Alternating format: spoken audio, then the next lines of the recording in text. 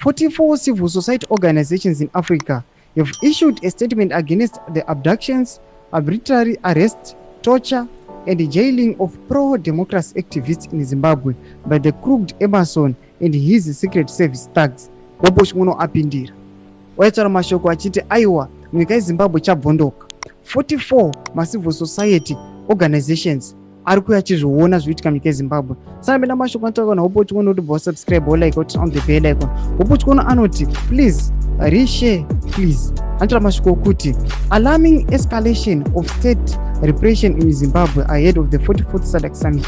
Human rights and civil society organizations across the African continent are deeply concerned about the severe restriction of civil space and the systematic erosion of fundamental freedoms in Zimbabwe. The recent escalation in state-sponsored repression characterized by abductions, arbitrary arrest, and unjust denial of bail, torture and harassment of human rights activists and opposition political members represent a profoundly disturbing trend.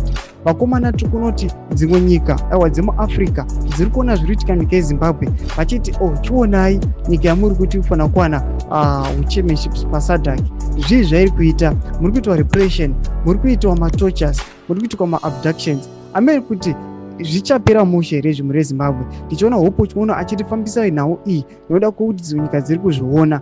Change ichauya here muri Zimbabwe. Tudze mafungiro enyu noti kudii tichiona maorganizations aya achikomenda achipindira panhau iyi. Pindai comment section medu, musaka subscribe, kulike, turn on the bell icon.